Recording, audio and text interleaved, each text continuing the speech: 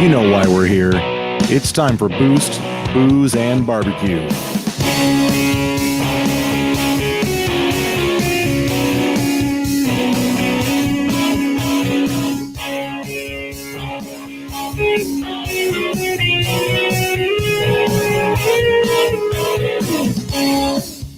Yes, welcome once again to Boost, Booze, and Barbecue, the only podcast with a salvage title.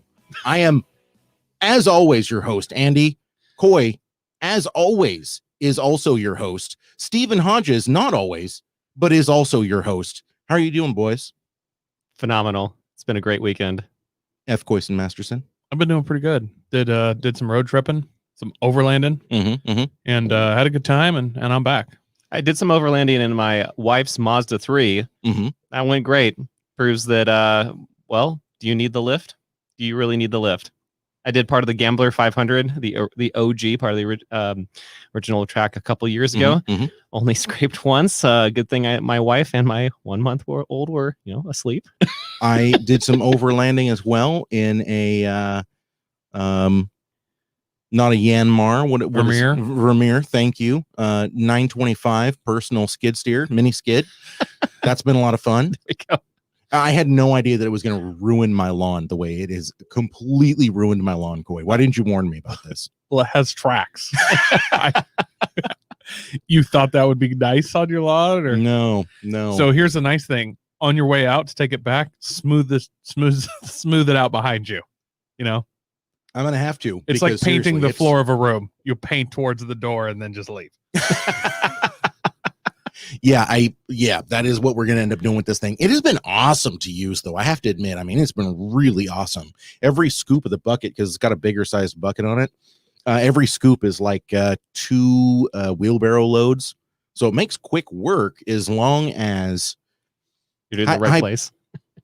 Hypothetically, this didn't actually happen, but like hypothetically, if it tossed a track because it ended up hitting a piece of concrete that was sunk in my yard that I had no idea was there. And then I would, allegedly take a 4x4 and put it underneath of the bucket and then lift the entire thing off of the ground. And then, take a pickle fork and pound it into the track, trying to get it back on as I keep, trying, like working the hydraulics back and forth. And it's like, and I throttle it all the way up allegedly. And there's a belt on the motor that's squealing like a son of a bitch. And I'm still just, yanking on that track and and finally the track goes back on and I just drive it up onto the trailer and return it. This seems like quite the hypothetical situation. Well, hypothetically speaking, I have a hard time imagining that. There's an actual. You need better imagination. I just hypothetically, there's a right way to put the track back on. That's a lot easier. Than allegedly. That. Yeah, allegedly. Yeah, that's actually can just loosen it and then put it on and then retighten it. But who reads operators manuals? Well, it's just what operator's manual? Yeah. There's a little compartment on the front of this thing that I rented that says operator's manual. I opened it. It's just a porno mag. It's just a busty. Yeah, and it had a sticky note on it that said operate this. There's a 1983 Hustler shoved in there. Did you do the move where you're taking like a big scoop with it? Because this is a stand on. And you're taking like the big scoop and it kind of lifts it and then like jars every bone in your back when the whole machine rocks back up or down. Yes. Yeah. I did that move. That was a great move. It's like a reverse catapult move where you're standing where you were standing on something and now there's nothing there and then you just drop 2 inches. So I never fell off of it. I have yet to fall off of it. It has compressed every disc in my back, but I have yet to fall off of it. My wife got bucked severely off of this thing. She had a full load on the front bucket. It was raised all the way. I told her, don't keep that bucket low. It was raised all the way up and she went across an uneven spot in the yard and it went boop and then it went whop and straight off the back. Yeah, all the stuff with like machinery and stuff. I'm really clumsy that I'm finding out, and I've owned a house for a little bit, and I've been messing with cars for long enough that I have 100%, and I feel a little ashamed to say this, checked in my card for all of those things, just because like if I got hooked up to one of these things, I would be the one that would just be flying. I would do something wrong. I would try to grab a pickle fork. I would have this hypothetical situation, and then I'd be calling a professional. Right. Yeah. I've checked in all of my cards, and I feel a little ashamed to say that, but also very freeing at the same time that I don't have to worry about my back being, compressed. Sure. It's like coming out of the closet. You're like, finally, that weight is off of my back. You've turned in your man card. You're like, I'll never be a real man, but it's okay. The worst part. I will pay everyone else to do all that. The worst part for guys like Steve here is when he's like, look, I'm just let you all know, I can't really do this stuff. And they're like, yeah, I know. Like, no, I'm telling you, because I know I've been trying to act so tough and manly this whole time. And they're like, no, we know. Yeah, we know. Justin Bussell, by the way, is joining the show. He's from Tales from the Podcast, one of my favorites. How you doing, Justin? What's up, Justin? Thank you for joining. And actually, fun fact about Justin, he is he's quite the welder, quite the TIG welder. He just got a Didn't position. he run over a hooker a while back? He did. He did. He was on our show and he talked about a story about hitting a hooker. She just ran out in front of him. It was pitch black. And then she got up and was like, I'll suck your dick for a ride. And he said, no, I just hit you with my car. I think I'm going to pass. No, but he's actually teaching welding at the local college now. Pretty excited for the guy getting that position. It's a good position. Welding's such a talent. I did a little bit of welding when I lived in Guatemala, which was just about as sketchy as you can possibly imagine. But when they have you as the welder, that's extra sketchy. I built a artistic piece with a stick welder, which is just about as terrifying as you can think it is. But I've been learning, watching people do welding. It's such a talent, and people that can do welding, TIG, MIG, whatever. And there's so many different types, and there's a science to go, which makes me sound super ignorant, I know, but it is like, I have mad respect for all of that just because I've been seeing people do it, and like the creations that people make is just incredible. I've really spent a lot of time perfecting one single technique, and I do think that it's one of the more important techniques that you discover along your journey as a welder. Running it cold and pulling. It's called booger welds. It's where you just have lots of they're big blobs of weld, and you think that they're going to hold, and then your muffler falls off going down the freeway. It's really sounds like a hypothetical situation. It's allegedly. See, the technique. It's where art and science meet. Technique I've learned that's similar. I should be working at OMSI. It's like a similar technique to that is where you just weld it in, but a little cold. It's just kind of a bad weld, and you're like, wow, it looks like crap. I'm gonna let this cool down, then I'm gonna turn the heat up and lay a nice butter wet over the top so it looks good. Yeah. I don't think it'll be structural, but it's gonna hide that horrible weld. Yeah, exactly. Yeah. The thing I've noticed with welders, there's a line where it becomes art and where the gorillas can do it. You know what I mean? Because I swear, like arc welding for the most part is literally just hours on your machine. Like you can get a gorilla on there, just be like, all right, put a hood on, we're going to weld. By the way, not to interrupt, sorry, but Justin Bussell, and then you call me in to fix it. Yeah, that's normally what happens. I also need to give a shout to my wife. What's up, wifey? Yeah, I feel like at a certain amount of time, it's just hours, and then you start getting into like TIG and some of the other crazy stuff. And then I kind of realizing it's art. Yeah. And the other one that I always had respect for is the guys that can braze really well. Oh, yeah. Because it's an odd one. And it's like, first of all, it's such a limited use. How did you get this good? Right. Yeah. Like, so there's a guy down the street who's got a company called Jones Family Metalworks, and he's working on my Ute that we're gonna be talking about later. But today, well, actually, yeah, man. As a matter of fact, I think we got some photos of it. But he showed me all the brazing work that he does, and I'm just like it's just beautiful. Yeah. And I'm like, how does this happen? And he's got this wonderful shop full of all this stuff. But yeah, so his name's Jason JJ. He goes by JJ, and he's been working on all this stuff. And this is my Ute. If we can talk about my Ute. That machine. By the way, the American flag truck visor for a bumper, I love it. Just love it. So for the people listening, explain what we're looking at. Yeah, so this is my 1998. Yes, this is a C43 AMG. It is a real AMG W202. What's the power on this? 302 horsepower, 306 torque, something like that. That'll get it down the road. Yeah, naturally aspirated V8.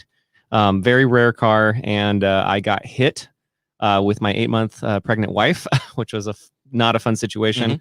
That pushed me in. So I got hit by a couple trucks that pushed me into another truck, and I bought it back because this was my track car. I'd take it to the track, and everything was dialed in. And then in about a week and a half, we were like, oh, the Gambler 500 is coming up. Yes, let's gamble this. So we turned it into a Ute poorly. And then and then Jones Family Metalworks is actually turning it into like a proper, like he's putting like a frame in the back because, you know, you cut apart part of unibody that screws up with all the geometry and stuff. So I got a quick question. Yeah. Or just to interrupt here. I know this had some miles on it, but it is an ultra rare car. Yeah. How did the insurance treat you on this? Not good. So, but I'm not gonna name names. One of the at fault insurance company was a little bit nicer about it, but because it has 262,000 miles on it, they couldn't even find comparable cars because the comparable cars were like $9,000 because they had 120,000 miles on it. Or whatever it was, and mine had so many miles, but it really was in pristine condition. So I did strip off like the side skirts and the front bumper, the rear bumper. Those are AMG specific parts, and so, you know, sold those on eBay. Sure. You know, I didn't really make too much, but at least I recuperated a little bit. But I'm just like, you know what, how I can recuperate the most amount of this is literally turn this into a daily driver. Right. The rear passenger compartment, like the doors, like you could see where the energy went through it, and it's still pretty screwy. It's straight enough. JJ was able to straighten it out a little bit more with some hydraulics, which is really cool. Nice. But yeah, we're gonna probably rhino line this, probably tan. Up for debate. We're gonna rhino line it tan. He's gonna do some really awesome front and rear bumpers make out of. Wait, so you're gonna do the whole thing in rhino line? Yep. So it's Safari, Coy. Yep. Safari, all the cars. So yeah. I've seen one in tan. Rhino line tan for some reason kind of is more of a baby poop yellow than you think. It doesn't translate into the tan that you're thinking in your mind. So, like a sand, like a desert sand. It still looks a little baby poopy. Okay. It's the texture, I think. I don't know what it is. It's just like, I guess it's tan, but it's not what I thought it would be. He's got a point with the texture. I can totally see that. I'm open to do whatever. So now, American flag. Yeah. Just do the whole thing in American flag. American flag. I'm gonna throw out a company here. Here we go. Raptor Liner. Okay. Which is an easy one to use yourself. You got to buy a little gun and stuff.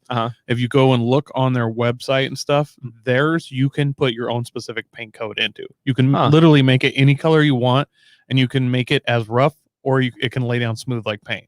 Yeah, I want to take this out and do like some overlanding stuff. I know you're the overlanding expert here. Expert, yeah. I hold you in much higher esteem. But I want to go and do stuff like the Gambler, or I want to be able to take it, quote, off-roading, just because it's hilarious. It's going to have skid plates on it, and you could just drive it. It actually did really well in the Gambler. There's a couple spots that you told me it did pretty well in the snow too. Here, I'm gonna find a photo of that. Yeah, it was grand. Yeah, there we go. So we woke up to snow. I guess that was Sunday morning on our way to Christmas Valley. This is so funny to me because you've got a photo of you in the desert right next to a photo of you in the forest with snow. That's the quintessential Oregon. Yeah, this is so Oregon. It was 33 degrees, and the car did great. And it's got some trick electronic rear differential that just like you'd put it around a corner, and I wasn't going that fast at all. But on these Forest Service roads with just a little bit of snow on it was just so much fun. That picture in the sand was Christmas Valley. Yep. So I've actually been on those sand dunes in the desert while it was snowing. Yeah. Really? Right here. Yeah. Did you take your FJ out there? Oh, I do every year. Yeah. Nice. Mm-hmm. Yeah. I noticed you're not running the flag like you legally need to be, so you're gonna have to take care of that. You also need a fire extinguisher and off-road permit. So I have an off-road permit. Ouch. I have an off-road permit. It's not in plain view, and Officer Coy will catch you on that because it needs to be visible. So Stephen, moving on. I drove Don't on try those. to defend. Don't try to defend. Just move on, okay? What do we got here? A little teaser pic? Yeah, so Jones Family Metalworks, they're working on a custom front and rear bumper for this, and JJ's got this really awesome idea of just really angular, like Cybertruck, kind of imagine that for these bumpers, and like a winch on the front, which just doesn't have no reason to be on the front of this car, right? No reason to have these crazy bumpers on it, but he's building it. And how big of a winch are you putting on there? Like probably ATV winch, just something that's going to work. Well, I would caution. I don't know exactly what that's mounting to. Yeah, but it's to a unibody, right? Correct, which is why it's mostly for show. Okay, I'm just saying, before you throw an 8,000-pound winch and bury it in the mud, no. There are certain forces you need to take into consideration before you learn the lesson of Subaru. We're gonna punch some rivets through the radiator. Well, I just don't want him. It's gonna be fine. The condenser, actually. Like I said, I don't want him to learn the lesson of Subaru. No. The lesson of Metcalf. No.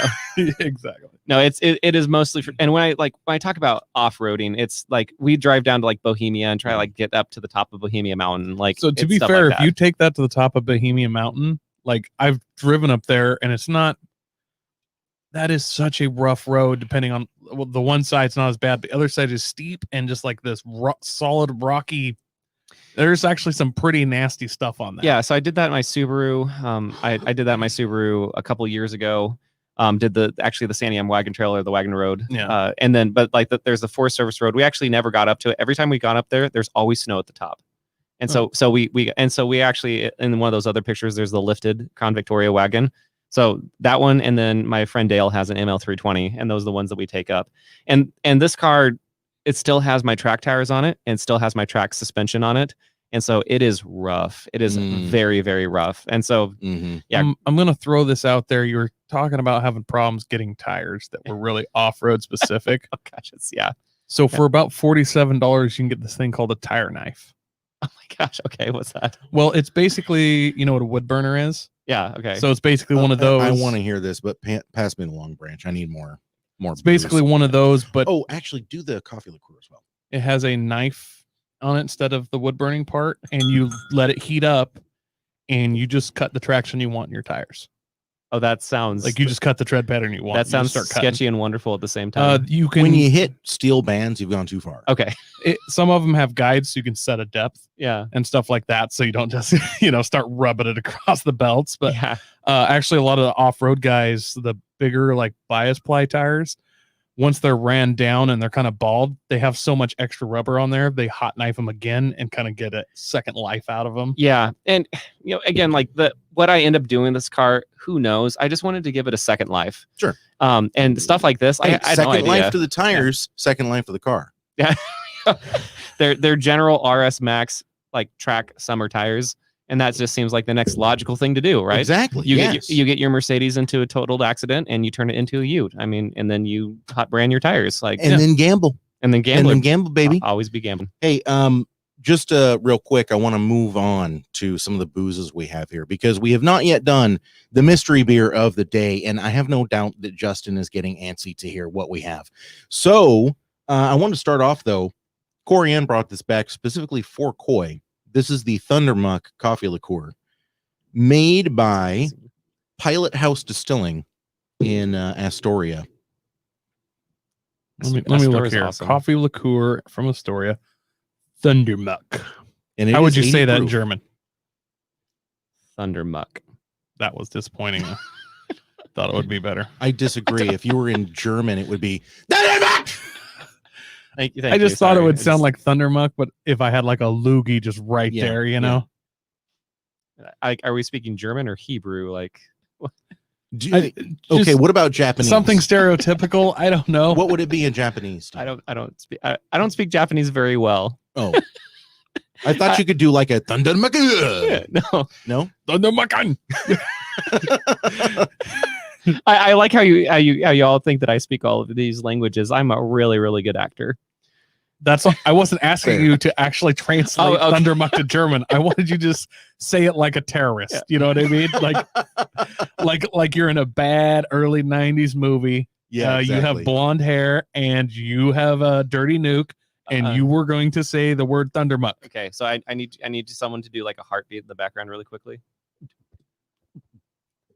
Ich habe das Thundermuck. Ooh. Du hast mich. There we go. Does that feel like fulfilling your desires of what that could be? I got a half chub, so I mean, it kind of makes sense. I needed the scene set. Okay. I needed the scene set. Yeah, fair enough. my modeling and acting contract that I have to adhere to. Of course. Which happens. How can I Yeah. forget? Tell me about these Please, glasses please. that you and me have here. Oh, Koi, these glasses, you're not going to recognize anything with this coffee liqueur. It needs to be like a whiskey or a spirit or something. But these neat glasses, if you want to learn more about these, you can head on over to Pardon My Fork. We had an interview with the fellow that invented these. It was a great conversation, George Manska. And I highly, highly encourage you to go and take a look at that over on pardonmyfork.com or facebook.com/pardonmyfork. We had a really, really good conversation. He explains the whole thing. They're a really fascinating concept. but they're one of the best things that you can be drinking out of right now. It's really good. Yeah, yeah, It's really, really tasty. I quite like it. You're a fan. I'm a fan. Yeah, this is really How many tasty. bottles did you buy? Just the one, I'm afraid. Oh, good. That way there's no more than a tiny bit that's in here. Good. It's a little less than half a bottle, but I'm pretty sure you can make do. Well, I mean, yeah, I could get annihilated right now, but I mean, I was hoping that like maybe like a week when I didn't have to drive home. When I said that she bought this for you, what I meant was she bought this for you to taste, and then we keep the rest here. No, that part I understood, but I was hoping that maybe like next weekend, if I came over and say I wanted to get shit-faced, that there would still be some left. Hey, Steven, ask him if he wants a beer. Would you like a beer? I'd love a beer. Okay, thank you. We're moving on here. Thundermuck, though, approved. Coffee liqueur approved. How does it match up with, I don't know, your Wake Away or what's that other coffee liqueur? Grindhouse that I Grindhouse, enjoy? yeah. This is not sweet. There's no syrupy at all. It's not bitter necessarily, but this is more of a cold brew thing going on, whereas Grindhouse is more of an espresso. But if I had to like put the coffee to this, I would say it's more of a cold brew kind of feel going on. All right, Taste. fair. You concur? I've never had a coffee liqueur before. This is my first time. Really? Yeah. So what did you think of it? It was excellent. It was good. But you're now like what you're talking about. I can taste what you're talking about. Cold brew, like cold brew had an alcohol at a baby. Like that was it. Like they had one caffeinated drunken night together on New Year's early, like late New Year's, early morning, and late. So it'd be like the alcohol's still up, coffee's getting up though. Sure. Yeah. They rendezvoused, had a moment on a bus bench, and then this is what's Yeah, the coffee is thinking back. That sounds like quite the hypothetical situation. Oh, what have we got here? So I just pulled out the mystery beer of the week. I do need to make an intro for that. Mystery beer of the week. Wow. There you go. Sunday. Oh. So we have a Cabaret Grape Stout, Sangre de Crisco. Sangre de Cristo. See? Be racist when I tell you to, not just when you read. Este es el idioma de español, un idioma que yo hablo. Koi, surely you recognize this. Yes, this is Saniam. Yeah, this is Saniam Brewing. This is the beer that we went and we got hammered on your birthday. Yes. A couple of years back. Oh, a while back now. Definitely pre-COVID, that's for sure. Yeah. Oh. This is one of my all-time favorites, I'll just be honest. The longer you can let this bottle condition, the better off you are, because this is a huge beer, and it is so delicious. I like the way they wax dip these things. I'm like, that's problems getting it open here. I don't know. They even did You gotta like work purple for it, wax. Coy. Yeah, no, they don't want you to just have it. That's not what this is. This beer is not about just having it. It needs to be an experience. If you're not struggling to open it, then you're not going to enjoy it once it is open. In English, this is the blood of Christ. Mm-hmm. That's what the translation. Oh, sorry. And Yeah. for the audio listeners, Steven has a very confused look on his face. Okay. That's really what that says. Do you need a little clean out of your glass there, boss? Are you going to kill me if I said we're okay? No. Okay. No, it's fine. We're not a purist here. I'm a purist. Yeah. You're a heathen. You're a Pharisee. A Pharisee.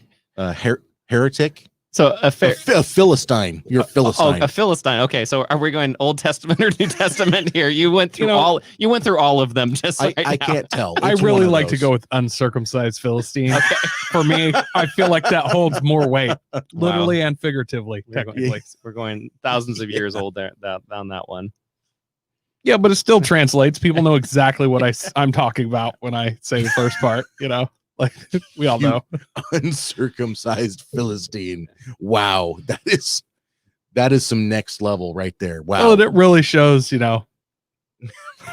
have some culture and some class. Yeah. Well, it just shows how much better I am than you. I'm just like, oh, no plastic surgery. What a heathen. What a heathen. You have to also change the way you say words, though. That's like a new thing, Oh gosh, what's one that I've heard recently? Instead of divisive, it's divisive. Like if you say divisive and someone that's like a super snoot, you know, they're 45 and they've had a trust fund their entire lives, so they're kind of like trustafarian, and they're like, I think you mean divisive. And then we laugh, like this together. Exactly. While I'm slowly smashing myself in the face with my fist, like, ah! Yeah, this is good. So I would probably go to mass more often If this were is what they were serving. in pint glasses, not the little weird shot glasses. Which, and I don't know if you've ever been to mass. I'm not Catholic, but I go occasionally because of family stuff. The priest gets to just finish off the pitcher when it's over. Like he just, whatever's left, he just downs. You ever notice that? I haven't. I'm an evangelical, so we're like we do grape juice and we do it individually. So I don't know. Oh, they go. Yeah, the one I went to is like a little church, and yeah, they have a couple big glasses and gets back down, and he just takes it all down. And I'm all like, what? You gotta finish the sermon here, bro. But you have to enjoy it. It's the gift that you get. Well, right? I'm like, you're the priest. You it's the can't be price. drunk. No waste. You don't. That's my other problem about going to Catholic churches is the whole time I'm just like, would it be weird if I like brought my own bottle and got some holy water out of that thing? Because like, I don't know, I just feel like it'd be nice to keep some holy water in the gun safe, you know? Sure, yeah. And I know for sure, like, I don't want to get my own like license and holify my own water because I'm not sure that works. But I feel like it's proven. I've seen enough movies that Catholic priests for sure have the good holy water. Yeah. I would like to see Coy in downtown Portland, and he's just like, if some rapscallion, some ruffian steps up to him and he's like, I have holy water, and splashes it, and then nothing happens. And he's like, you're circumcised. All right. Well, I just think, would it be weird if they're at the front of the aisles, if I'm up there with like that 2-liter super soaker thing, just like dipping in there, like chug, chug, chug, getting it filled up, just like threading it back into a Super Stream 2000, you know? Wait. Well, so is that for consumption, or are you trying to like baptize everyone really quickly? No, this is. Are you kidding me? This is for vampires. Okay. Okay. Well, what do you use holy water for? I don't know. Again, evangelical over here. So I'm like, you throw it in like the face of demons and things. Like that's all that holy water is good for. I think. So one of Coy's, and we're going to do this eventually, it's going to be Coy's masterpiece prank. He's going to come running into a mass while it's going in a space suit, like an astronaut suit. He's just going to come charging in with a super soaker, and the priest is going to be like, excuse me, and he's going to go, vampires on Mars. And then he's going to be filling up the bottle, and the priest is going to go, what do you think you're doing? And he's just going to stop, and he's going to look at the priest and be like, there are vampires on Mars. And then he's going to finish and then run out. That'd be good if I had like a spacesuit, but with a big like SpaceX emblem on it. Yeah. But like have on the spacesuit like Mission 2028, you know? So it's like from the future. Yeah. We're gonna get deep. There's vampires in the future, and I'm gonna run in and be feeling like, what are you doing? I'm like, oh, will you bless it in the gun? You know, I can just put water in and then you bless the whole thing. I mean, it sounds like a very valid reason to infringe a trademark and copyright. That sounds like a good reason right there. No. Can you freeze holy water into like a frozen bullet and then shoot that? I've never asked. I've never thought about these things. But I'm saying asking is the problem. A holy water ice axe would be nice. Ooh, he's got a point. So hang on a second. What if you what is that coagulant? Wait. I'm gonna make it into a sickle. An ice sickle. Yes. Nope. In the name of Christ. Compel you to die. That was like dad joke right there. Yeah. My dad, like dad joke life right there was just kind of like respect. That joke is gonna send you straight to hell. You're on the way now. It doesn't matter how many masses you go to. Icicle from hell. No, don't like it. Don't like it. Now I understand like the type of masses you go to where the priest just has the pitcher and just the wine's dripping down the corners of his mouth and he's just chugging as hard as he can. Look, just because I've asked him a lot of hard questions before we got to this point, specifically about holy water. I both don't and do want to know what happens when you go into the confessional booth. Oh, I don't. Forgive me, Father, for I have sinned. The chicken was already dead. I mean, it's not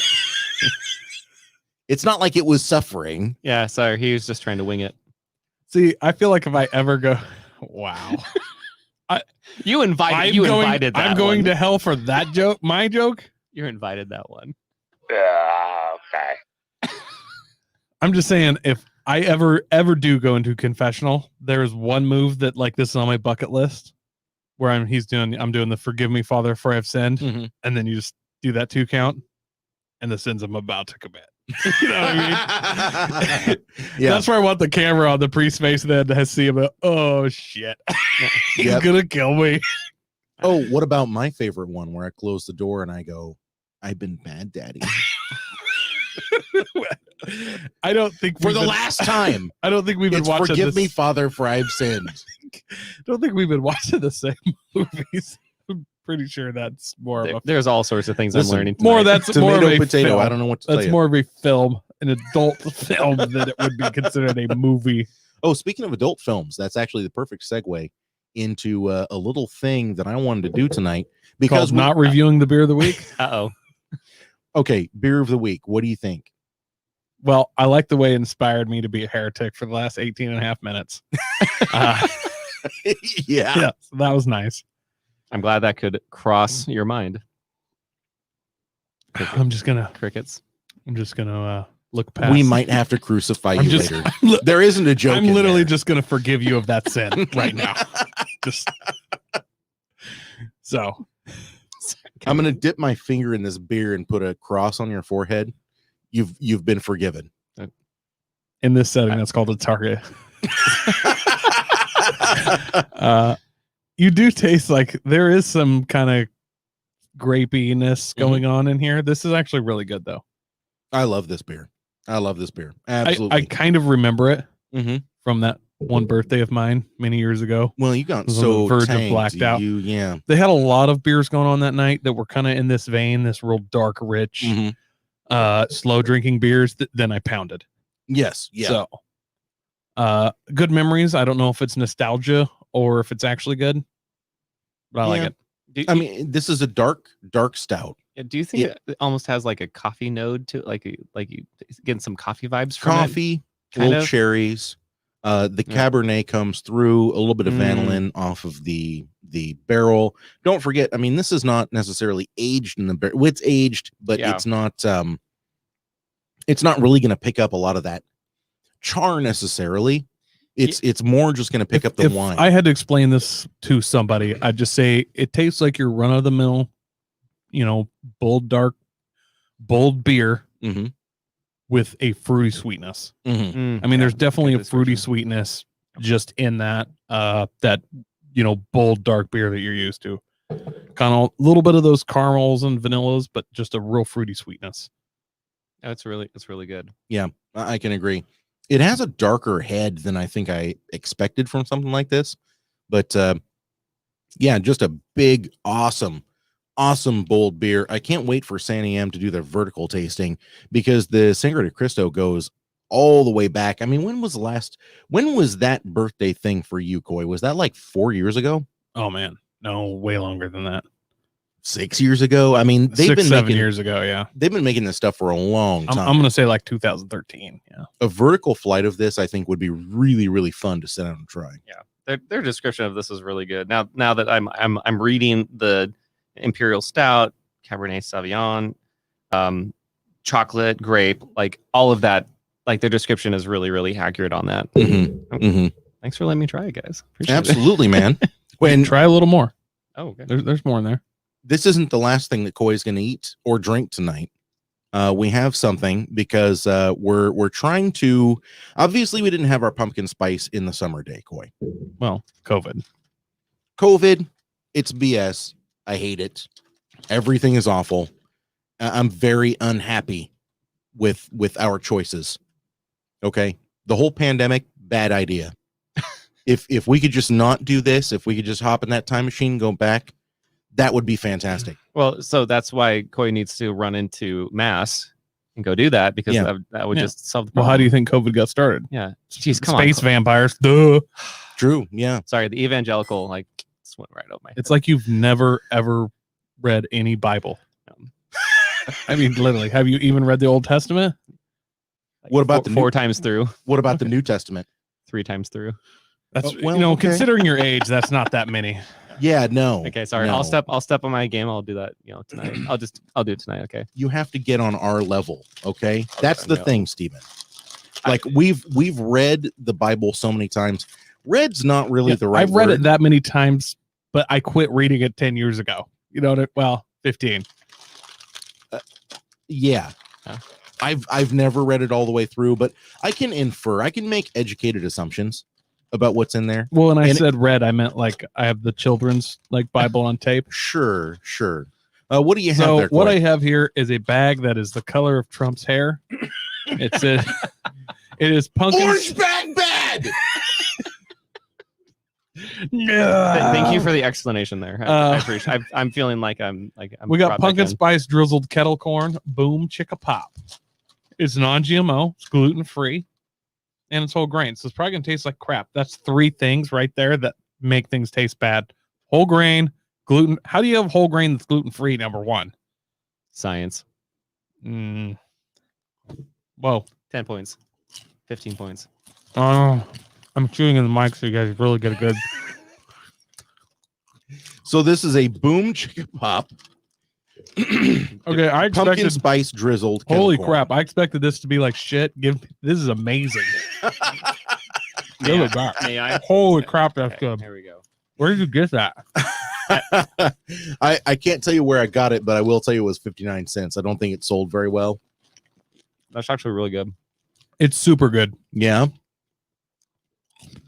No, I'm good. I'm gonna hold off. No. I'm gonna hold off. This is really good. So shout out to my wife who likes Mhm. pumpkin spice stuff. I gotta get some of this, honey. This is good. Coy, if you don't finish that bag, you might want to send some home for the new mother. Okay. All right, Steven, our gift to you for being on the show: I'm blessed. a half fucked bag of boom chicka pop. You're welcome. Actually, this is for you, honey. I love you. I wanted to go ahead and do a little recap here because we're not able to have our pumpkin spice in the summer, but if you'll recall, Coy. Yeah. What day is it, Coy? It's pumpkin spice day. It's finally come. And so have I. A lot's been brought to this party, as you can see. I've only brought one thing. It's my last bag of pumpkin spice Starbucks coffee that I've been hoarding. Which But we've tried a little bit of. It is Yeah. very pumpkin spicy, is it not? It's pretty superb in the pumpkin spice coffee realm. We're gonna have get better back to that, mics though. for And the then Andy next brought one. the rest of this. Now, Coy was using a lapel. I do but, have to give I a was shout out to Corey Ann, my lovely wife, who you can hear on pardonmyfork.com. And she picked all this stuff up for you, actually. Even better. The beard with the stash. It's less good. creepy that she did it.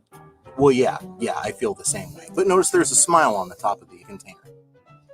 And Yeah. actually, producer It's Nick the put same this whole smile thing that you together had for A us. when I whipped cream showed you smile. what it Yeah. Yeah. So we got some cotton candy pumpkin pie. That ended up being surprisingly I've never good. had a cotton candy variation of pumpkin pie, but I can't wait to.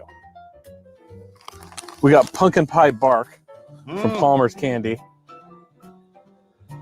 I've had That some was- Palmer's Candy meh. before, never the My pumpkin kids pie loved one. that. Mhm. Didn't they? You can't go wrong with this. What are you thinking with that? I think I'll probably eat all of it. Well, sure, you're going to eat all of it, but do you have any anticipations? I anticipate that it'll be good. I've had Palmer's Candy before and have not been disappointed. Now, talking about anticipations, the pumpkin pie soda. Yeah, the pumpkins. Be clear, I will pumpkin drink pie all soda. of it. I have doubts. Like I don't know how this works. I'm running through all the palate variations, in my mouth. How it comes off the tip of your tongue, aftertaste. I don't know, and I'm uncertain. Are you still a So I'm fan of most Five Finger hesitant Death Punch? with this one so far. There Oh, is I've quite never been a difference fan. between pumpkin spice It was a and pumpkin free shirt. pie. Free shirt, got it. Yes, yes, quality there one, is. good But one. to put it in a soda and have it work, I don't know how that works, but we're gonna drink it. As we found with beers, it's too easy to get gourdy rather than All right, we're gonna skip ahead a little bit. My favorite part, See if I honestly, is the soda. We've got the soda right here. Koi's opening it. It looks Our good. pumpkin pie soda. Y'all will get your fixins. I like it. So I'm How bad getting could it be? my notes here. It's very you know what it reminds me of? Pumpkin pie. like yeah.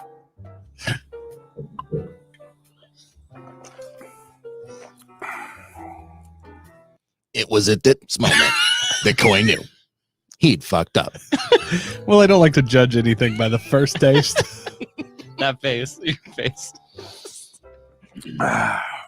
When you did that sniff, I could tell you were like, ugh, I don't want to put any All more right, of this in my mouth.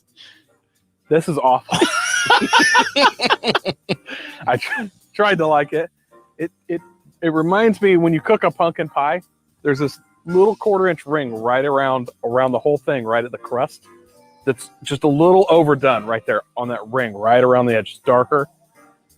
It's like that. They just took a spoon and took that 1/4-inch against the crust all the way off, and just kept collecting that until they had enough to distill down into a With soda. a hint of detergent. And it's really strong, odd taste. So I had a. But I'm gonna put this in the fridge to chill. I'm gonna keep drinking this and the coffee, and then I'm gonna come back to this in a couple hours and see where it sits there. And it didn't sit well. No. Well, happy pumpkin spice day, Coy. He raises the bottle triumphantly in the glass. I'm so disappointed that we were not able to do like an actual pumpkin spice day this year. You know that? Well, I mean, we'll still do one. It'll just be in the fall. Yeah. Which I sent you the link. You realize I thought that it was always a joke for me to buy UGG boots. For about $170, they make men's UGG boots in a 12 wide. So I could do this. Like, I'm learning so many things tonight. Somebody made a joke about getting me UGG boots, and I was like, do they make Uggs in men's? I don't know. I Googled it, and they do. So now that I know that you're a soda aficionado. Well, it's not soda, just pumpkin spice. Pumpkin spice, Pumpkin yeah. spice. So I had a student once get me a soda that was bacon flavored. Well, I've had that. Oh yeah, we've had that before. That's horrible. It was terrible. Yeah. The student was great, and he's like, I know you love bacon. I'm just like, I like bacon, but not bacon soda. Once we run Yeah. out of bacon and I'm trying to bring back in my mind what the taste of bacon's like, then I'll try this other crap. I only like bacon soda when it's in my cookies. Have you have you had the grass flavored soda? Phrasing. There's a company that makes grass soda. Oh boy. It kind of has that fresh mowed grass smell and taste, Mhm. and it's not good. It doesn't cut it.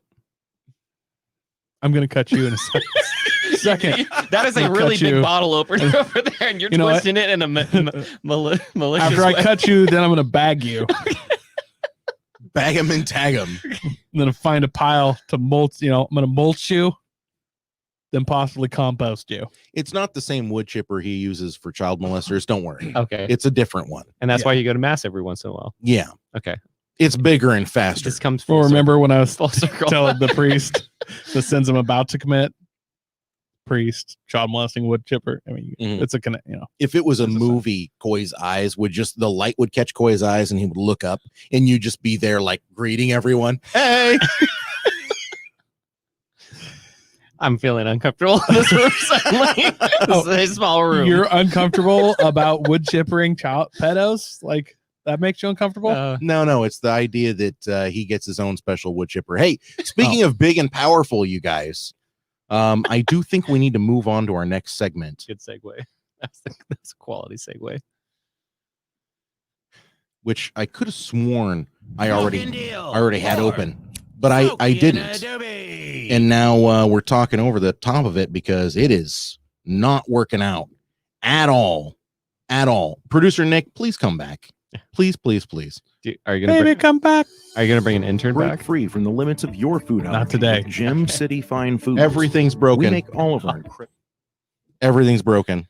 You've broken everything. It's So- okay. So How about we just talk about interns?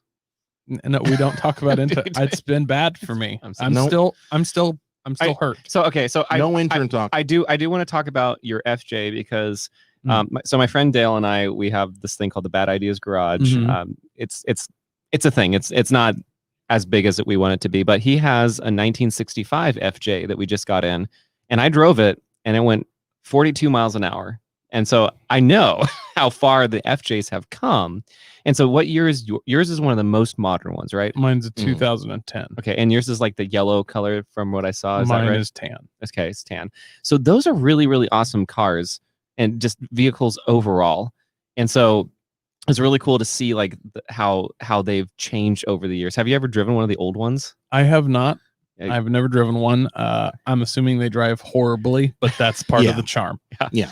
So we'll get some footage out there. But So if you're a purist, technically FJ Cruisers are not a Land Cruiser. oh, my apologies. Yeah. So well, I mean, I'm fine with it being one, but I mean, obviously, it's a homage to the early ones. You can tell by the styling. But if you're a Land Cruiser guy, FJ Cruisers are not real Land Cruisers.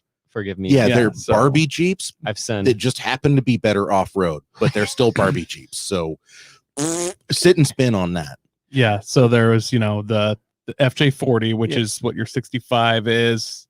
There was a 45, which is the pickup bed one, but yeah. same thing as you got, but a little pickup bed. Then I think there's a 55, which is when they went ugly wagon, and then the 60 when they got, I think there was 55 in there. I can't remember. There was 60, which is kind of the hipster wagon one that everybody wants. 80s, which is the cool, like National Geographic Discovery Channel Land Cruiser you see in Africa. Mhm. The 100 series, which is kind of Sequoia looking. And Mhm. then I think there was another series somewhere in other parts of the world, but then here we went to the I think it's the 200 series now. Is it? But it's that now it's the monster suburban thing, Yeah. which they're about to quit making any day now. Yeah. We had the moment of airtime, so I thought I'd talk about it. Yeah. Sorry. No, But- I can get into it if you'd like. But more importantly, Andy, you got something for us. Well, yeah, we got our Smokin Deal, Smokin Doob. Yeah. As a matter of fact, I think this one is going to be a little bit polarizing, just simply because of the price. There's no way for me to hide the price, so we're just going to come out and say it right up at the top. Listen, it's a mid-engined, custom-built CRX. It's not the good-looking CRX. It's the earlier one that's ugly. However, Wait, this isn't a CRX though. It's a standard Civic. oh, it's Yeah, a Civic. This is a Yeah, yeah. Civic. yeah. Ugly hatch. What is what's the note on this one? I do not EH? remember the ED. EF is right after this. That is looks like this, but not so bad. And I do EH sounds right to me. I can't remember though. For Well, me, that would make sense because that says That's what I'm thinking. which is normally what these Civics are. This one has custom bodywork, custom wide body. It has what I can only describe as Renault 5 turbo styling. Yep. It also has a 3.2 liter V6 out of an Acura CL Type S with a manual transmission, I'm sorry. 6-speed manual, mounted in the back, by the way. these Jeez. wheels. Mm-hmm. Whoa, I'm getting. Are those like Corvette wheels? They look like Corvette wheels. They look like Porsche wheels. They got the weird speed ring thing going Mhm. on in the middle. I see this and I see 80s. So whoever did this, like obviously, like we want 1980s and Reagan to live through this. But I don't see the 80s JDM. I see 80s like weird Euro crap. Like I feel like this is off a Saab or something, but I don't.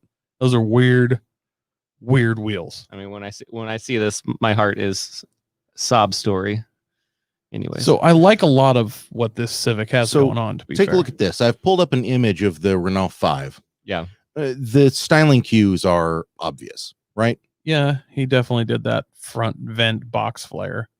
Right. The box flares on the Civic are very reminiscent of the was it Bob Hope CV? What was those? No, the pre-Civics. CVCCs. CVCC. Yeah. oh yeah. Very reminiscent of Yeah, the yeah. box flared of those as well. Mm-hmm. I don't know if I've ever seen a box flared CVCC. Oh, Google it. It's a real thing.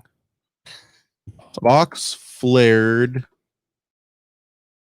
CVCC. Let's take a look here, folks. Lots of 510s. Lots of 510s, Coy. There's a Ute right there. I see it. That's a Datsun 1200. Ute. Yeah. Oh, my people. Those are my people. Yeah, I don't know why it's popping up all the 510s. When I was in college, I had the B210s. I had 3 of them when I was in college. I always wanted a 510 because they were too expensive, and now they're really too expensive. They're incredible. What in the wide world of fuck is We're getting that? some now. What? Everything about that's awesome. What are you kidding me right now? Look at So this. there is a thing. wide body CVCC. This one Audio is listeners. I don't even know how to describe this. You're really gonna have to check it well out. done. I've seen them much more boxy than this, but this one's like super well blended. Are those still 14s? Of course. I'm sure Those are not 14s, not by a long shot. Those are 12s or 13s. Okay, I guarantee sorry. it. You think so? My apologies. Are you shitting me right now? Those are Graham Light 13s. I guarantee it. Guarantee it. Well, thanks for speaking my language. I understand now. With the gay Rona. That's incredible. Listen, box flares. Look, box flares on just about anything is right.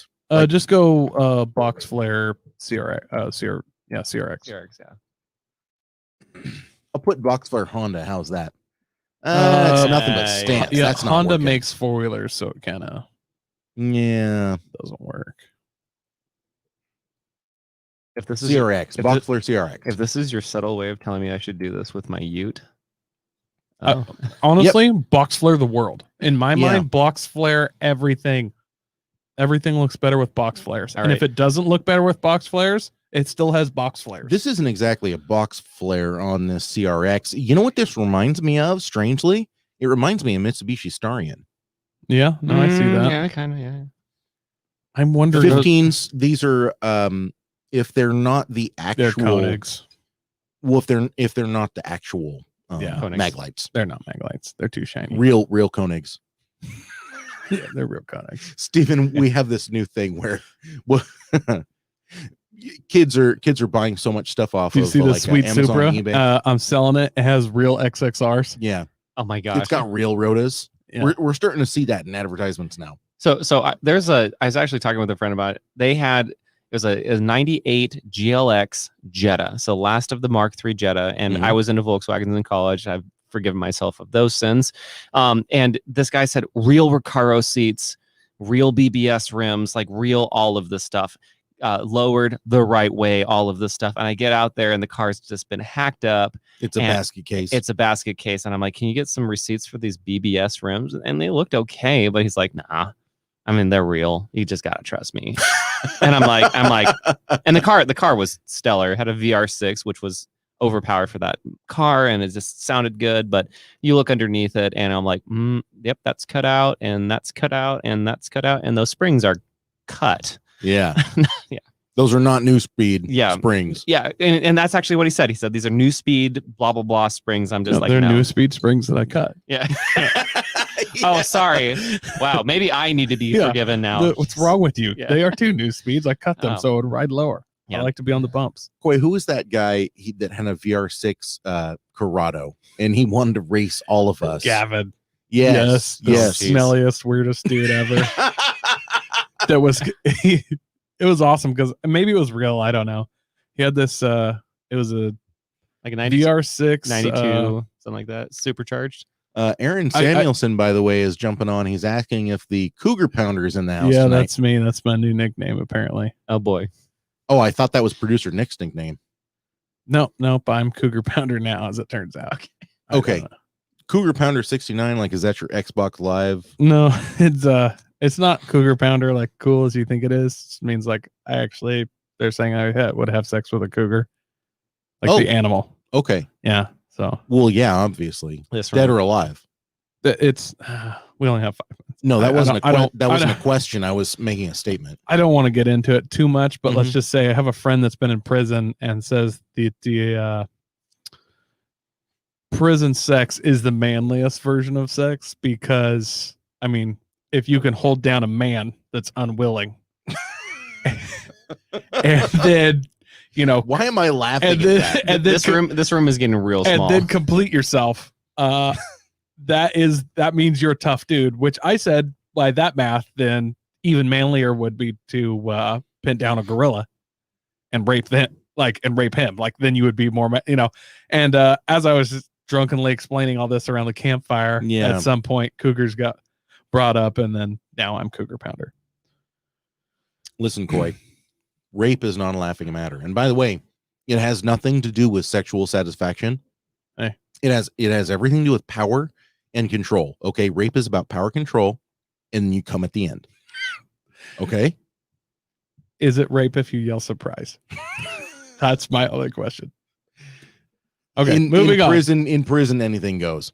I want to talk about car. the Civic. Why did we never race Gavin's car? Because it was always like the clutch was slipping, but somehow had a 6-speed in it that none of those ever came with. And we're like, none of those came with a 6-speed. And he's like, dude, it's custom made, supercharged. Like every time he would like what I can only assume was a massive lie, he'd be like, yeah, nah, dude, before we had it custom made. I was like, I don't think people really have 6 speeds custom made. I'm a recovering Volkswagen owner. Mm-hmm. So stuff like that is it's custom made because it was hacked together. So there might have been something that was hacked together, or it was this Audi's cousin or whatever. It definitely wasn't a Getrag 6-speed in his Corrado. Look, the Corrado is known for it's a wonderful and awesome car when it works, which is never like a lot of the Volkswagens from that era. Well, let me tell you how awesome his was.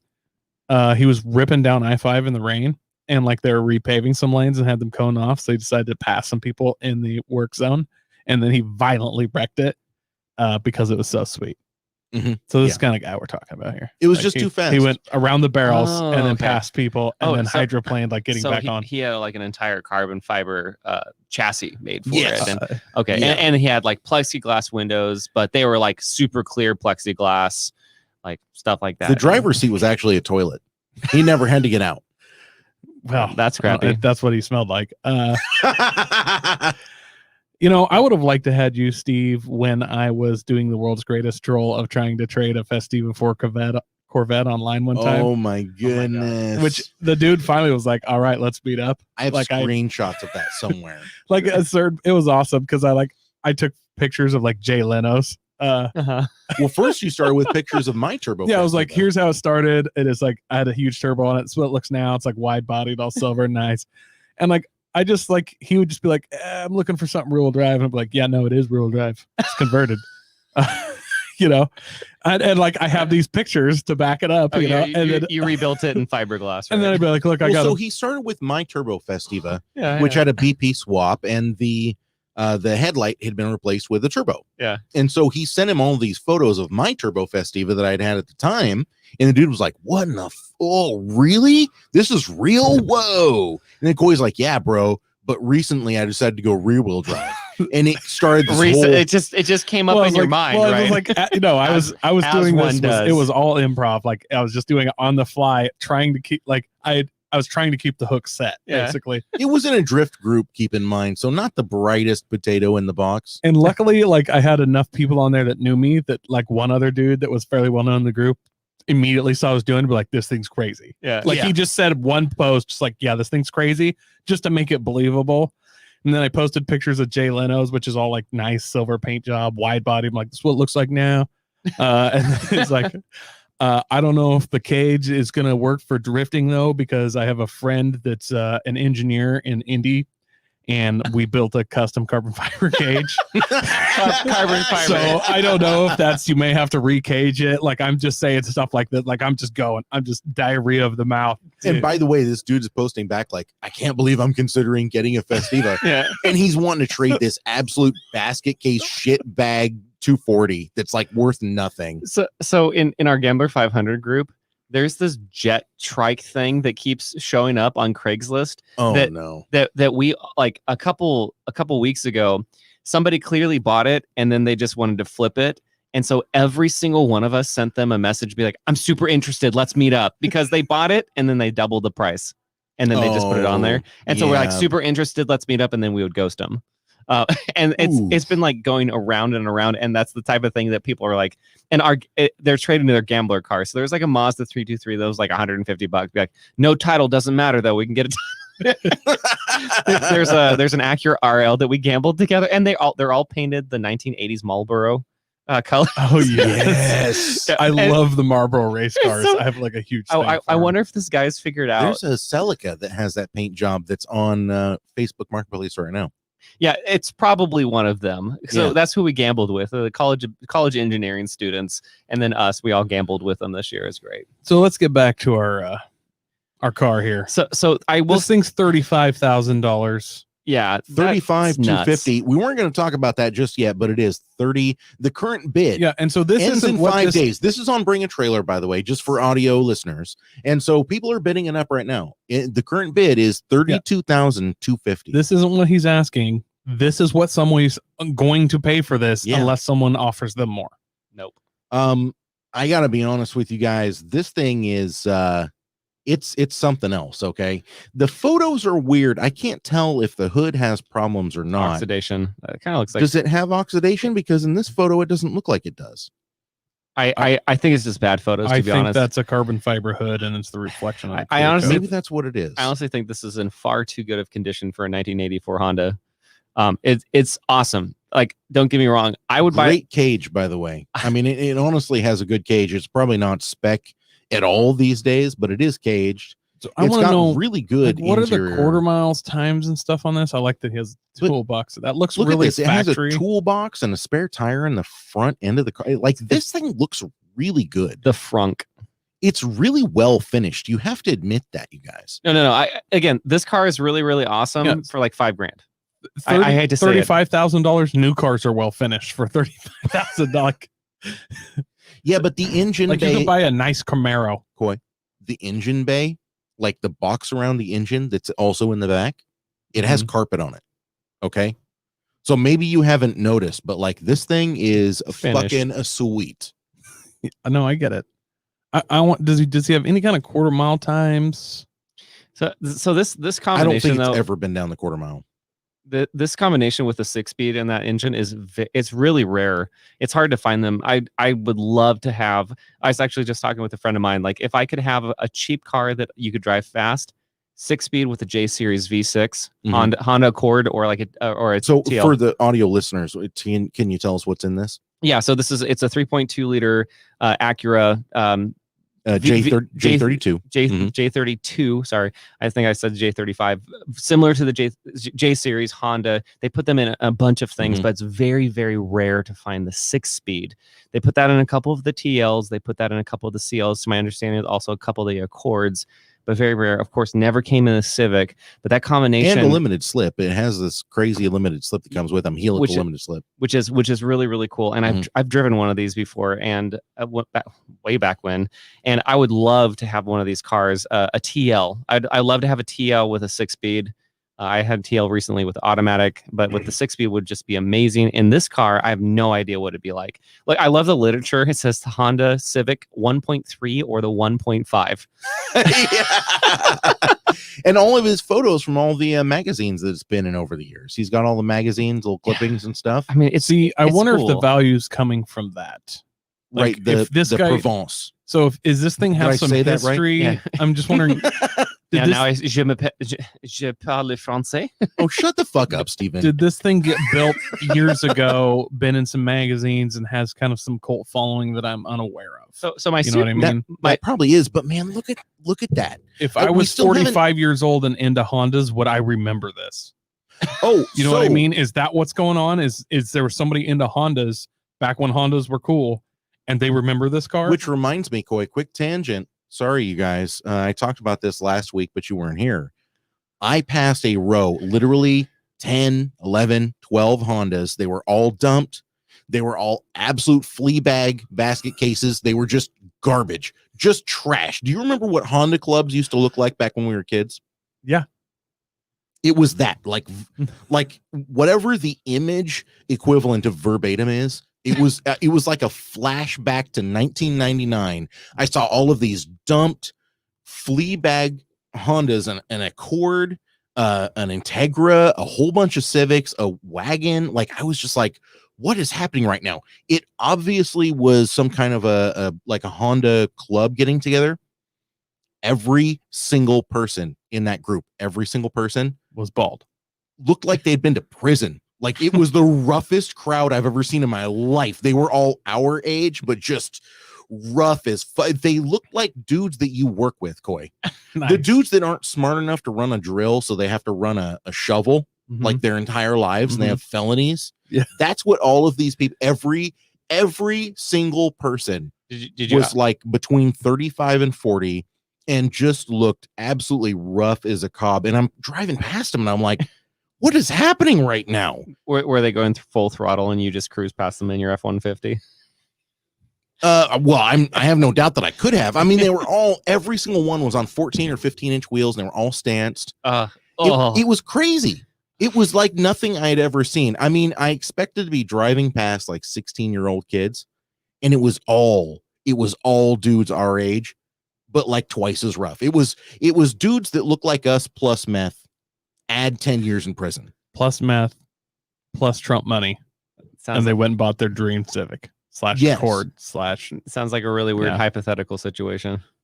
This is not alleged. This was real. I saw it with my own eyes. Which you actually can't trust. So the other hypothetical situations, were they actually real, or were they all hypothetical the rest of the night? Steven, if I say hypothetical, it's hypothetical, my friend. Okay. Allegedly. It's hypothetical. Sorry. Thank you. So, anyways, getting back to this thing is an insane price. I kind of want to research this some because I have a feeling that I am just a little too young to know what this car is. I have a feeling this has history that I'm unaware of. So it's my understanding this was in car magazines in the early 90s. Mm-hmm. And I mean, you saw that in the pictures. I think late 90s. Late 90s. Well, to have that motor couldn't have been too early in 90s. It's not that's not the original motor. The original motor was 2.5 liter V6 out of an Acura Legend. Oh, okay. Yeah, okay. That's right. So I got a feeling this wasn't one of the early rear-wheel drive swap Civics from, like you said, early 90s, late 80s, whatever. Was the probably spent a lot of time in magazines and, probably owned by people named Gavin, maybe. That's, I doubt, not with that price. Sorry. Not with that price. So, I mean, if somebody can't afford soap and deodorant, they can't afford this. So, I mean, this car is really, I think it's cool. And someone put an immense amount of work into this. And I get it, but like for 35 grand, I'm like, school loans. Like, that's what I'm thinking about. So yes and no. Here's the deal. For me, I've never seen this car before. There are cars that were popular and in magazines from when I was a kid that I would pay a lot more money. The Spoon Civic. I mean, I'm sure it's worth more than this, but from my era, if the Spoon Civic came up for 35 or the Spoon S2000 or the C West S2000, like I can just start listing off different cars. The June Prelude, I would pay $35,000 right now if it was in a dusty shed. Right. Like there are cars that I would go nuts for from my youth that were amazing cars. I have a feeling that's what this is. And I would not give him anything for this more than like gambler type money. But there is somebody that's losing their mind right now. Yeah. So my Subaru was the Haggerty car of the year, and it's getting a motor swap, which is not nearly to the point of fabrication of this. But I've often thought about like, well, it's been in a couple publications. It was the Haggerty car of the year. It's on YouTube, like the whole bit. Like, does that actually increase the value of it, despite the fact it's still a 40-year-old Subaru with an EJ22 swap? Right. Which is tons more common than this car. But does that actually increase the value? Doesn't necessarily matter. I'm going to keep it forever. But I often think about like, does that actually increase the value because it's been in publications?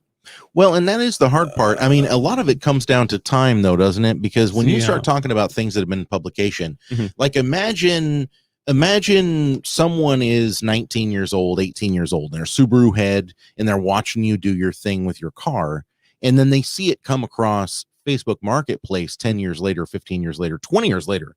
They've already built their career. They have a good job in tech. They have money. They have developed an app, whatever it is that the kids do. They have their OnlyFans and it's going really well. They have money to burn.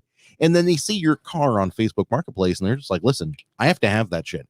Just like what Coy was talking about. The C West S2000. Are you kidding me right now? Like if I saw that, I would expect it to be a $50,000 car. Well, I would expect it to be. And if it was like, I would legit sell a kidney to get that car right now. Right. Like I'd just be like, it's for sale. All right, how much who needs a kidney? In reality, it's probably worth about $17,000. No, No. I mean it's an used race car that's been beat out of it. Right. Yeah. Carbon fiber body panels, to be fair, that are old and have been raced on, probably cracked to fuck. It probably has Kaiichi Tsuchiya's signature on the dashboard because I remember him. He loved that car so much. He was like, "I want to buy this. It's mine now." Well, who wouldn't? I mean, Sure. it's a carbon fiber S2000. Sure. But I mean, that's one. But like the June Prelude's a good one because those are worth a jack crap. Yeah. Uh, It wasn't a third gen Prelude, which is the good one. It was the second gen Prelude, which was not the good one. but But it was still, really well sorted, so it was crazy fast. yeah, it was crazy fast. Had like I think a Toyota H22 built engine in it. Like yeah, independent throttle bodies, Yeah. like the whole 9 yards. Yeah. yeah, it was super cool car and yellow Crazy Dragon. You know, the June paint job scheme. It was I from would- the era, Stephen. It was from the era when H22 motors Mhm. from Honda. That was the big block Honda. Yeah. You know, like Yeah, oh it- yeah, I remember this in high school when I was in high school when people were messing around with their cars. Yeah. like I heard H22 all the time. Like, oh, that's the one that you want to have in it. It's dude. like okay, Famously, Yeah. I talk about how much I want to have an Accord, an early Accord, like a 93, 94 Accord oh yeah, with an H22 swap, big NA build, and I'm going to leave the dashboard stock. That way, anybody riding with me is just the tachometer stops in the normal Accord. It stops at 7,000 RPM, yeah. and that's already way past red line. And I'm just going to bury that tack like things start turning around, and they're just going to go, "What the fuck is this guy doing?" I want to do that so bad. I think You it'd be should- hilarious. You should have told me that because I had like $175 Honda that was donated that was donated to us that I sold, and it sold literally for $175. Was it a manual? It was an automatic. Nah, then But if we're you're not gonna worried about bring it. out the whole cradle. Bring over the whole cradle. Nah, we're fine. So I'm gonna be honest. For me, not worth it. But I Mhm. mean, here's the thing: you were into Yeah. Volkswagens. You said there has to be like a Volkswagen I'm recovering. recovering. Yeah. I mean, you're into Mercedes. That's not like that's like I used to be an alcoholic, but now I do crack. Makes me a little bit fancier. Yeah. Look at The meth is cheaper. Yeah. I only Well- have one windshield wiper. Excuse me. Yeah. Oh yeah, that's me. I have 3. Fancy. I have an FJ Cruiser. You have 3? Yeah. Yeah. Gosh. Tank mode, baby. So is there a Volkswagen? Yeah, I'm saying there's got to be like you got to think back to like Instead this of a Hummer, he has a Volkswagen race Bummer. car. Yeah. So and Volkswagen Audi people, if you listen to me, like I'm out of your circle, just to be clear. But if you had like a Gen 1 GTI that had like a VR6, or if someone I'm talking about the history of one though. There's got to be like there's got to be some Volkswagen rally car that was on Mhm. you know some race team or was in magazines. That the one thing that I can think about is like a mid 80s Volkswagen Golf Country. So they made a lifted and a very, very rare limited production all-wheel drive Golf that had synchro basically. So what Yeah. they had in like the Westphalia and Wasn't stuff. that based off of the? Weren't Fiat and Volkswagen in bed for that one? They were probably flirting with each other at some point, I'm sure. I'd swear that one was based off of a Fiat Panda 4x4 turbo. It had something to do with that. It might not be synchro like they had in the Westphalia. Yeah. I retract those statements. Forgive me, I've sinned. But those, like whenever you see those Volkswagen people just like "Ugh," right there, right then and there. I don't think I've ever seen one in the US. When I lived in Germany, I did see one. But something like that, or if you saw like a Gen 1 GTI with like a Golf R underneath it, that's the equivalent of this. I do love the Golf R, just to be totally clear. I do absolutely love that car, but to see that in like a Gen 1 GTI, Mhm. those Gen 1 GTIs though are just like, they're expensive as it is. Right. These Civics, they're just not. Volkswagens are a whole other so thing. what I'm trying to say though, there wasn't like a drag Volkswagen or a race one one, specific. a specific Mhm. one that you're Yeah. like this one that came out of this shop is the coolest Volkswagen in the world. Yeah. you guys, it's got RBG headlights. Come on. Done Oh, and okay, done. done. Okay, there we go. I understand. the Now it's a price now. $35,000 car. Yeah. Jeez, come on, Coy. No, I wouldn't pay for this, but if this what's going on is what I'm thinking here is this has been in some magazines, like he has the pictures of the magazines. I actually understand this price. I get it.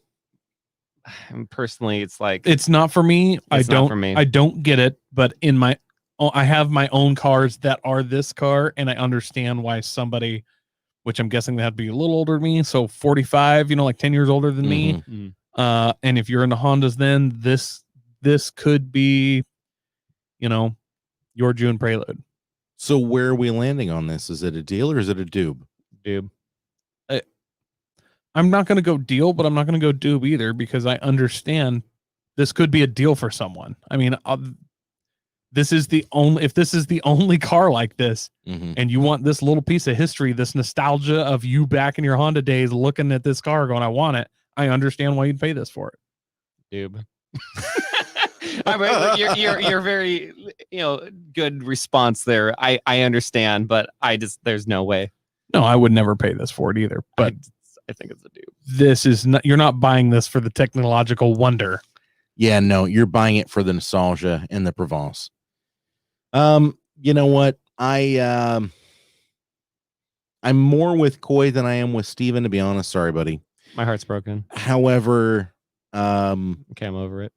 I would never look at the trunk space. That makes it's a doob. Sorry. Smokin Deal or Smokin a Doobie. It's a doobie flat out. Smoking a doobie. Should we go a little late tonight? We're running late. Okay. Yeah. Let's talk about the TRX. I've been wanting to. Yeah. Let's hit it. I've been looking forward to this just because I know that you do a lot more truck stuff than I do, and you do overlanding stuff. So sorry about my jab at the start of the show, but like truck, this is interesting to me. So I want to learn from you. So about I'm this. not into these trucks really at all. You have to tell me which one I'm going to here, Coy. Just go to videos. It's the go Dodge TRX release video. It'll become apparent. Talk to us about this. So this is the new Dodge TRX. They teased it a while back. The Ford Raptor has been, unchallenged, literally in factory, Baja super trucks forever. You and me have been talking about how they need to make a new 2-wheel drive truck that actually can break the record, since the fastest factory 2-wheel drive truck in the world is not fast. No, it's the stupidest thing in the world. It's the Dodge SRT10. It's not even that quick. My truck with a boost controller on it's actually faster than the SRT10. Like this, I don't have a tune. Like the dudes that run a methanol injection kit and an actual, real actual tune on the EcoBoost trucks, they're down into the 11s now. Yeah, those boosted F-150s are incredible pieces of machinery. By the way, I maxed my truck out twice this weekend. The little mini skid, that's not maxing it out. I was probably towing 6,000-7,000 pounds there. However, I also rented a dump trailer and we got 3 yards of gravel in it. So I was at 9,000 pounds that I was towing. Did great. Yeah. Absolutely. Shrugged it off. Do you have the 2.7 EcoBoost? I do. Okay, so the slightly smaller one, and that one's good. That one's great. It didn't give a fuck. It was just all right, we're rolling. Yeah, those F-150s. They're such incredible overall vehicles, and because they're the #1 best-selling vehicle in the United States. Not truck, but vehicle. That's crazy. I think we're coming on 20 years. Yeah, an insane amount of time. And so they have to be able to do everything good. And so that's great to know that the smaller one is the one that is doing just fine. Yeah. I had a friend of mine, or a friend of a friend, that had that in a Fusion and had 420 horsepower with some bolt-ons and a tune. Yeah, bolt-ons and a tune. That's it. It's nuts. The Ford Edge ST was the same way. The 2.7? Oh, actually, it was you. We were talking about it. You test drove it. The Explorer ST. Oh, it was the Explorer ST. Yeah, the Ford, to my understanding, the Edge ST came out first. The Explorer ST has 400 horsepower. That car, we drove that at the car show before COVID. Yeah. That was amazing. And my wife drove it. She's like, I like this car. And it's $55,000. And I go, But you can get the previous generation with a 365 horsepower twin turbo, 3.5 liter Ford Explorer Sport for $20,000. It's a lot of car for the money. Oh, yeah. But I hope my wife is actually not listening to this right now, because we've been debating for a long time. I'm like, we're going to drive that Mazda 3 and off-road it forever. No. Love You're going to get an Explorer ST for sure. Love you, honey. Just a couple of weeks ago, Coy and I were watching some videos of the newer Mustangs getting, down the drag strip just on tunes. Yeah. And then I didn't have the video up anymore, but the video, the guy that had put the video together, the tuner of these Mustangs, he was like, we don't just do Mustangs, we do other vehicles as well. They cut over to this brand new Explorer, Mm-hmm. bolt-ons and a tune, literally like a catless downpipe and an intake, and then their own custom tune on it. That was it. Yeah. 12.27, wasn't it, Coy? Yeah. 12.27 and 118 miles an hour. It was ridiculous. Yeah. So there's like the SUVs and the trucks that can not only like, oh, you're hauling 7 people. Oh, you're hauling 9,000 pounds. Oh, you're doing all of this stuff is just incredible machinery to me. Oh, yeah. And I have friends that are now getting to the point that they're buying like luxury SUVs that they do all of this stuff. This weekend, someone had a Q8 that is basically the Lamborghini Urus underneath it. And you have the volume down. but I heard that thing accelerate. I'm like, yes. It has music, right, Coy? It does, so just leave it down. This is like a 25-minute video, but I mean, they obviously they're making some obvious Raptor pokes and stuff going on. Well, let's go ahead and get the video up here. There we go. Now you're in control. There you go. So as you can see, they're the T-Rex. Yeah, the throwing T-Rex the Raptor throwing a around. Raptor around Oh, TRX. I get it. I wonder how much they paid for that scene of the Jurassic Park movie.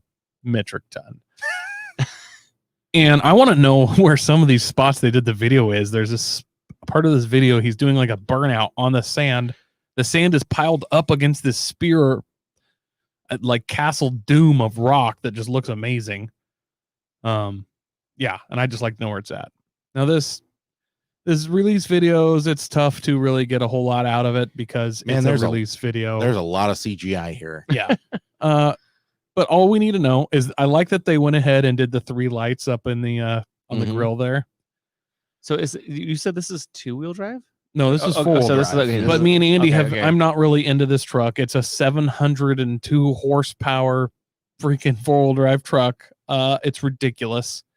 It's a base price of I think $59 or $65,000, and you can option it up to $90. So they're making a limited. Hello. Yeah, well, it has a Hellcat engine. I mean, they're making a limited run of special release edition that's in a special color. There's only going to be 700 of them or something in that number. It's 90 grand. 707 of them, right? Yeah, probably. Map. They're 90,000 each though. So they say this is the most advanced suspension ever put on any factory truck. It's a Bilstein T something. By the way, in the background there, it says 10 years of redefining what a truck could be.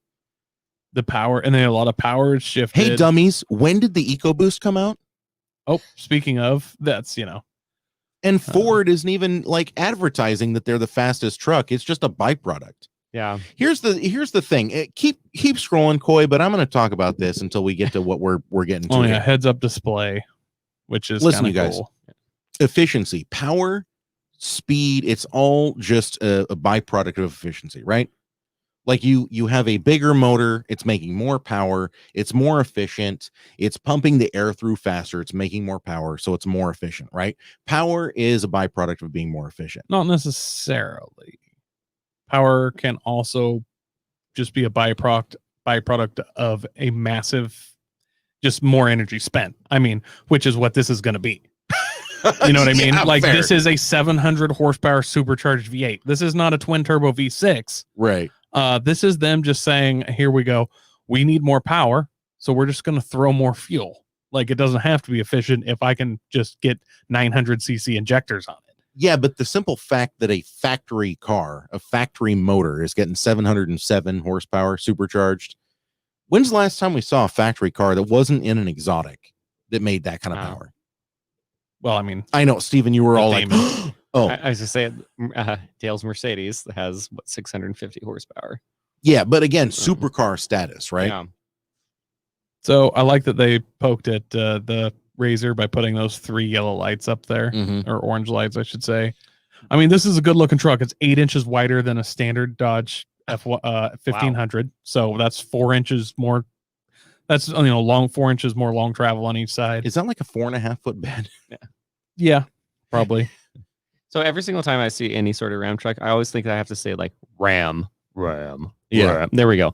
Ram. The Dodge Ram. Thank you. You tried to do your Sam Elliott voice. My father-in-law just bought. See, every time I see a Ram truck, I'm like, made with the cut water or Rocky Mountain wall, and I'm like, wait, Yeah. Coors. Damn it, I know that something like that. But my father-in-law bought one of these, and every single time I felt like you have to like get yourself up into it. I'm just like, this is the Dodge Ram. Yeah, you actually have to put your chest into the mic and be like, Ram. So yeah, the 2.5-inch Bilstein Blackhawk E2 shocks are supposed to be some kind of fancy thing.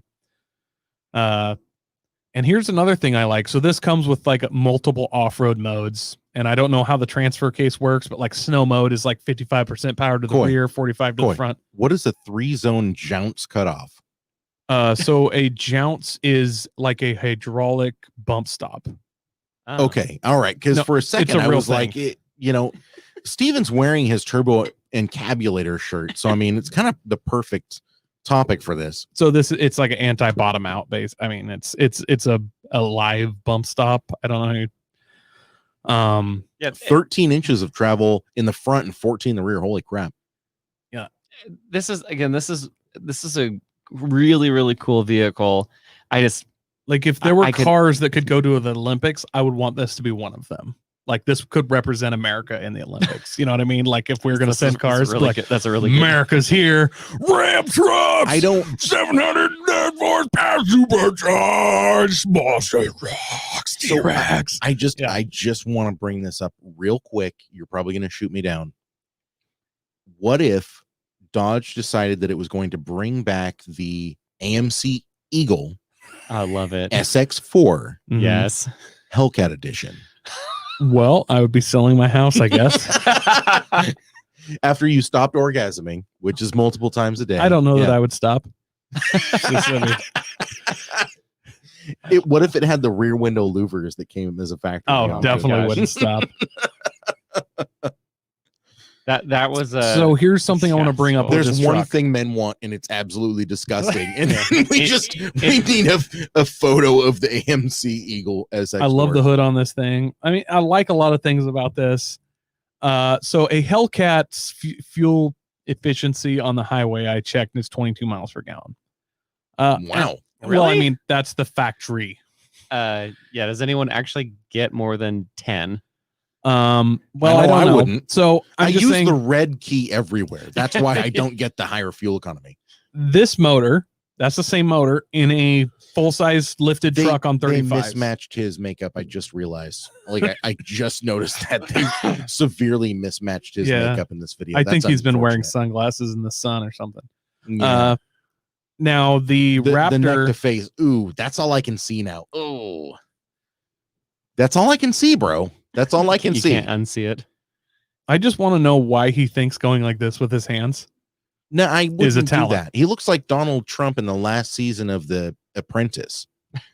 His face is like beet red and his neck is white as.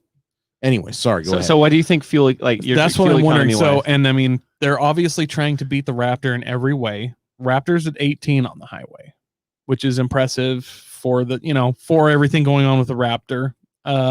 This is not a turbocharged V6. Oh my God, it's a transformer. Yeah, I was gonna say, does mine just my son would lose his mind right now. It's gonna turn into a robot. Yeah, they did an exploded deal in the mid jump here for those listening. They exploded the truck so you could see all the parts, and then it went back together. That was a CGI jump. I am. Well, are you sure? You don't really think that the truck came all apart and then went back together? Well, I mean, I don't mean that. I mean the actual jump itself. Is Dodge build quality better these days? Is that why? I doubt it. I doubt it. Yeah.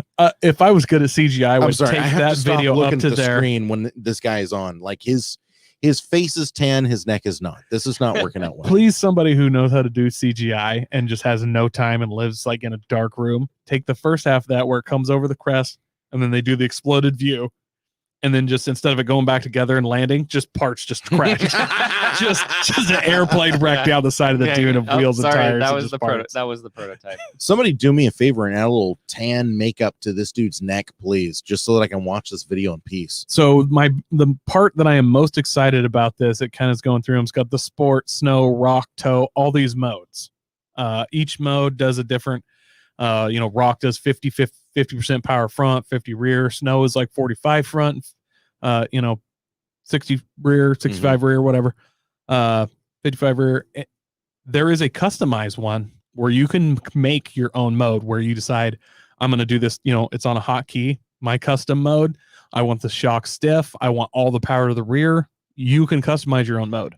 Have you guys ever driven any other modern Mopar anything before or like recently? Not really. So I mean, I drove like diesel what is it? stuff, A Charger 392.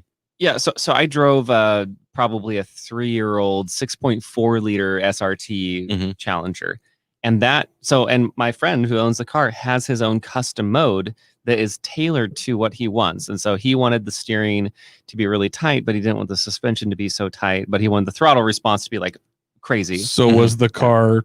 Did he get a computer and make that, or No, you can do that? It's just in the. I think they call it Uconnect, right? They call it the Uconnect, and that. So I think that technology is what's in this, except because it's an off-road vehicle, you have a lot more options for what you can do. And I have to say, I was super impressed for driving around that car. It was Didn't they do a camera test with this guy? Like what? you were obsessed. I just there's no way to unsee it. Andy, every one of these release videos where they have the guy or gal talking is disappointing. Remember the Corvette one? Ugh. They don't had remind me. They had actually had Satan doing it. Yeah. There is they no did. way that was not the devil. Yeah, he was beat red. Well, it was an old guy with way too much tan, some white hair, a snappy black suit, and I'm just like, well, he's gonna sign my soul over. He's gonna make me a deal any second now. I've seen this movie. That dude's the devil. The new Corvette. His eyes are gonna glow. He's gonna hand me a paper and pen, and I'm gonna pick it up, and I'm gonna go, ow! I'm gonna do that jerk move, and a drop of blood's gonna land on it. It'll be like, that'll do. And you yank it right back out of my hands. Now, how bad are you gonna feel when all of a sudden he's like, "Ah, fuck," and he takes his hat off, and he's like, "How long has that been on fire? Why didn't you say anything to me? You couldn't have said a fucking. How long has that been on fire?" Yeah, no, this truck's pretty cool. I'm curious to see who does like a straight up, because I mean this has more power, more torque, a more usable power band than the Raptor. Straight up, you cannot deny that. Well, what's the Raptor? It's 400 and something, or is it 500? But I mean, you can't compare a turbo V6 power band not to a supercharged V8 at all. No. So, and I don't know weight of I don't know the weight difference. So there's only one way to really settle this: jump off. Jump off. Yeah. We set up jumps and they side by side, like monster truck style, just start launching. Like first jump small. We just set up ramps that get increasingly bigger.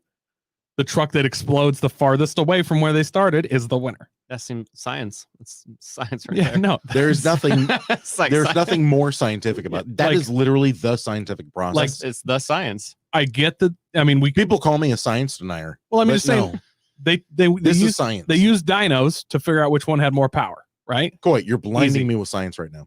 Go science. There's only one way to find out which one has better suspension, and it's not a shock dyno. I would sure hope that they were playing you blinded. She blinded me with silence. Science. I'm sorry. That's how awful that song is. By There's- the way, I can't even pronounce there's it. Like only- I'm thinking in my head about how awful that song is. When we do the jump off, there's one song and one song only that plays. Okay. Wow! Don't get fooled again! And the whole crowd's going to pull off sunglasses at the exact right moment. We're going to have an airboat somewhere. Aaron Samuelson agrees. Jump off science is legit. It's a real thing. She blinded me with Did- science. Did you see that dune that is piled up against Oh, it just Castle- exploded. Yeah. Castlevania there? Yeah. I want to know where that's at because that looks amazing. That Right there. No, go back. Go back. A little bit more. Yep. Yeah. Wait. It's just a flash. That. Yeah. It shows that a couple times. It shows that a No, couple times. they in the show video. that all throughout this video because nuts. That's Dude, a wonder of the world. blasting through a dune right here. That is an epic shot. I want to see what it looked like after it got done. Like when the sand was gone, you could see all the damage. It was totaled. Yeah. I want to see what the airbags look like against the dude driver's face. warranty Yeah. denied. This is a pre-production vehicle and it's totaled. Yeah. I'm surprised there's not anything that says like, do not attempt this. Our warranty does not cover it. I'm gonna She be- blinded me with science. I'm gonna be honest. This whole time, the TRX, I didn't realize they're going with the T-Rex versus Raptor. I've been saying it TRX. I never realized that until you played this. Well, it clearly says TRX, but now you're going to have all these dudes that are like, I got a T-Rex. Yeah. What do you have? What do you drive? I got a T-Rex. He's got tiny arms. That's why He's got a tiny something else. I was gonna say, you know what tiny arms mean? Tiny dick. There's a website for that. No, if so, why don't you The give a shout out? Adventures of Why don't you give a Small shout Man. out to your website? Oh yeah, so there may have been some alcohol involved in this, but there is a website called bigtrucksmalldick.com. There you go. And I may or may not have built it, and it may or may not still be up at this It's a point. sister website to the cockbroker.com. Or the other one that we bought at the same time was sweetridebro.com. Ooh, nice. Yeah. Because when someone zooms past you and you're like, oh, Sweet ride bro. But you actually can find Steven over at the Bad Ideas Garage. He posts videos at some point. There's once another in a while. It's coming. There's one that's in production. It's only been 3 months. We're all good. I had a kid, or my wife had a kid. I tell you what, break. you're after the show we'll talk to you about our cockbroker.com idea Oh my and gosh. see if you want to get in on this. Oh boy. Actually depends a lot on length. A lot of women say size doesn't matter, but it does matter at cockbroker.com. So Well, the theme for it's going to be cockbroker.com. Your wife doesn't have to be lonely with cockbroker.com. yeah. I'm not sure. This room is getting real what small. Yeah. What was the theme song, Coy? It was it was the mattress world theme song. yeah, it was. Your wife doesn't have to be lonely. Cockbroker.com. Ding. Something like that. Like it's this is pre-production, but we'll explain more later. It has nothing to do with cuckolding. Wait, everything. I can't remember. Listen, there's no romance involved. Okay, it's business like. That's all it is. So you're not forming a holding company. No. There's money to be made. Like we're not going to leave money on the table. Sure, but I mean, there might be a cuckolding, but I'm just not a saying. holding company. We'll explain the long and the short of it after the show. Sounds like some limited liability there. We're in it through thick and thin. Look, we'll give you the uncut version later. I think it's going to be real easy for you to slide in. There's room for more partners in this venture. You know what I'm I'm saying? sure you're pumped up. There's an entrance and then there's an exit, and we use both. I'm just saying that this idea is airtight. This room is real small. Okay. Things are getting hairy. Yeah. All right. Listen, folks. The Smokin Deal, Smokin Deal, guys. We definitely need to hear feedback about that. If you are an expert on Honda Civics that were built 20 years ago that ended up in a whole bunch of magazines, let us know. I want somebody to know if they've heard of the Civic before. And was it pre or post Fast and the Furious? That's the important part. I think it's pre. It looks pre. Yeah. I think because I've been getting road and track forever. Sure. Since I was a kid, and I'm pretty sure I remember seeing this, but the only magazine that I have from the 90s is the one that featured the PT Cruiser. Not sure why that's the one that I kept. Oof, yeah. Yeah. That's how That's I the know one that that- your parents made way more money than mine, is that you guys had a magazine subscription to Road and Track since you were a kid. It's $12 a year or whatever it was. Yeah. My dad had like 2 old episodes of Popular Mechanics that I found in a box somewhere, and I treasured them. I still have most of my road and tracks though. It's got lots and lots of boxes. Do you guys remember the PT Bruiser? Ugh. So my buddy Jamie, he should be listening actually right now. So he's really Nice into, pipe or but he's really into PT Cruisers, and he's here in Lebanon, and his is like 280 horsepower to the wheel or something like that, and that car is by far one of the most fun cars I've ever driven because it's so unexplainably like it should not be doing that. It should not sound So like that. That is the one saving grace of the PT Cruisers when they did the SRT. The version. SRT PT Cruiser, The there's, GT. like the GT. Yeah, not a PT ton of, GT. there's not a ton of them left because if you ever floored it mid corner, it immediately start understeering. Yeah. You know, these are really easy to turn into Utes, by the way, because you can buy the convertible version, turn it right into a Ute. Oh yeah, that's a good point. Yep. So And it's people do got that. the integrated roll cage that's part of the unibody. Yep. Mhm. So you can do that. So Jamie's is it's a special edition. It's not the GT, and so but his has a built automatic, which is it's built, and so it's got a stall converter in it, the whole bit. And this car is just stupid fun to drive because like you're saying, the bar is set so low that you just you do like a 30 to 40, and you just go, and you Boy, literally could not look less impressed. it's When I fun. heard that he went through the effort of building the automatic transmission, then you lost me. It's got Like, it's Jump the shark, so it's, to speak. it's lowered. It's got coilovers on it, and he did that in the Gambler Mhm. with a huge intercooler sitting on the front. Yeah, I think you'd need to gamble that. I like it. But I like weird I cars. like it, the automatic part. I don't understand people who built automatic transmissions. I'm like, oh, it would be cheaper to manual swap. You know that, right? Well, but it's not going to be original, Coy. I know it takes all the value away of those PT Cruisers. if you modify. Well, originality, originality. That's the thing. Like, it has to be unique. Yeah. Like, this car is a reflection of myself, Look- and I am apparently an automatic transmission. They make plastic knives that are very unique. They're also fucking shit. They don't work at all. So How depressing would that be if you identified with an automatic transmission? He had I can't remember. He had a reason to keep with the automatic. Listen, it's not your buddy.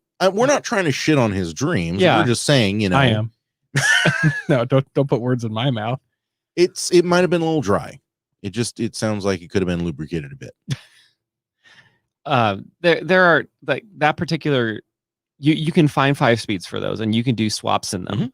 And I had a friend of mine that had the non-turbo version in high school, and I drove it, and it's surprisingly fun to drive. And you're just like, I'm in a family wagon.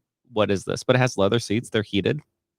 Good times. You know what else is surprisingly fun to drive? Oh gosh. A Geo Metro that you paid $0 for.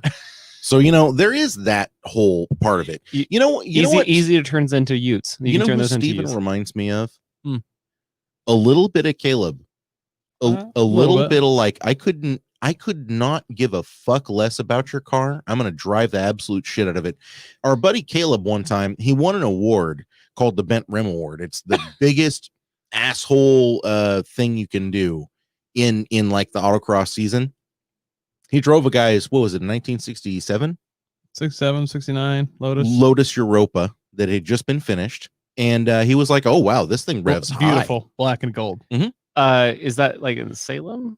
Like the Willam? Oh, yeah. Okay, I know this. Yeah. I know the car. So dude let him drive it and was like, hey man, motor just got put together, so take it a little bit easy. And Caleb took it easy by running up to 9,200 RPM and was like, huh, wow, this thing doesn't have a rev limiter. It can go really high, and then just left it in second gear and proceeded to bend all of the valves. And when the guy was like, okay, well, you just ruined my motor, he was like, should have put a rev limiter on it.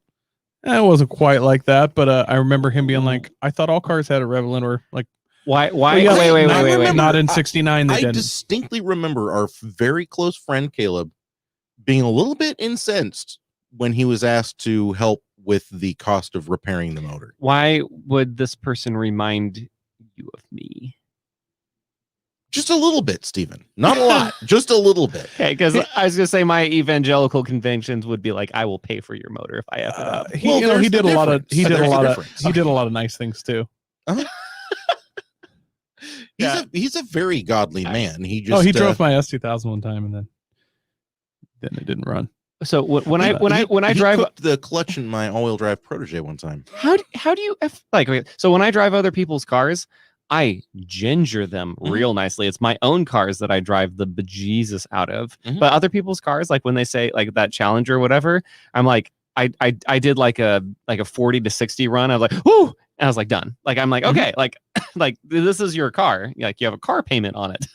Like I'm not gonna drive the the heck out of your car. Except for actually the first time I ever went autocrossing was in a stock AP2 S2000. Ooh. I drove that car obviously hard on the racetrack. But even then, he was just like, "Don't launch it because the differentials are not the strongest thing." So I didn't launch it. By the way, we have gotten a copyright strike for playing that TRX video. Thanks for nothing, Coy. The sound wasn't on. No, doesn't matter. An ownership link was added to your video from the page Boost Booze and Barbecue because it may contain content that belongs to somebody else. So Maybe it's my face. by playing an advertisement, we're getting a copyright strike. Yeah. Free advertising. By the way, that's why I'll never buy one of these piece of shit fucking Dodge. Fuck you. Suck both my dick and balls. That's a big statement. This is ridiculous. I don't understand this. We're copyright advertising for you. We're advertising for you, and I could play whatever movie I want as long as I'm doing commentary on it. I recently ate some corn. Would you All right. like to have a taste? Unbelievable. Dodge. Thanks. Appreciate you. I don't blame Dodge. I blame Google or YouTube or somebody. I actually do blame Dodge. I will never own one of their piece of shit vehicles. On that note. Yeah.